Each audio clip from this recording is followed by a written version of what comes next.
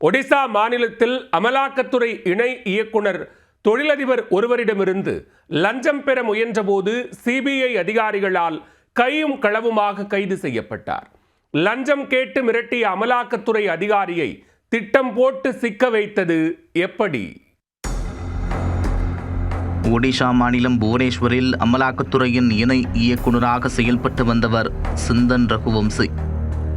இவர் சுரங்க நிறுவனர் ஒருவருக்கு எதிரான நிதி முறைகேடுகள் தொடர்பான வழக்கை கையாண்டு வந்துள்ளார். இந்நிலையில் அந்த தொழிலதிபரை நேரடியாக சந்தித்த சிந்தன் அமலாக்கத்துறை நடவடிக்கையிலிருந்து விடுவிப்பதாகவும் அதற்கு 50 லட்சம் ரூபாய் லஞ்சம் தருமாறும் கேட்டுள்ளார். லஞ்சம் வாங்குவதற்கு ஈடாக ஈடியால் தொடங்கப்பட்ட விசாரணை செயல்முறைகளை கையாளவோ அல்லது நீர்த்து போகச் செய்யவோ உறுதியளித்ததாகவும் கூறப்படுகிறது. லஞ்சம் கொடுத்தால் மேலும் சில சலுகைகள் வழங்கப்படும் என்றும் பேரம் பேசியதாகவும் கூறப்படுகிறது. ஆனால் அந்த தொழிலதிபருக்கு லஞ்சம் கொடுப்பதில் சற்றும் விருப்பமில்லை. சிந்தன் ரகுவம்சியோ தொடர்ந்து மிரட்டல் விடுத்து வந்ததாக கூறப்படுகிறது. இந்த பிரச்சனையிலிருந்து எப்படி வெளிவருவது என்று யோசித்த தொழிலதிபர் சிபிஐயிடம் இதுகுறித்து ரகசியமாக புகார் அளித்துள்ளார்.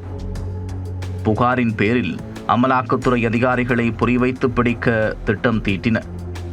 அதன்படி முதற்கட்டமாக 20 லட்சம் ரூபாய் தருவதாக கூறி ஒரு ரகசிய இடத்திற்கு வருமாறு அழைத்துள்ளார். பணத்தை வாங்க வந்த ரகுவம்சியை மறைந்திருந்த சிபிஐ அதிகாரிகள் கையும் களவுமாக பிடித்து தங்களது கட்டுப்பாட்டிற்குள் கொண்டு வந்தனர். அவரை புவனேஸ்வரில் உள்ள சிபிஐ அலுவலகத்திற்கு விசாரணைக்காக அழைத்து சென்றுள்ளனர். சிந்தன் ரகுவம்சி குறைந்தது 9 தொழிலதிபர்களுடன் தொடர்பில் இருந்ததாக கூறப்படுகிறது.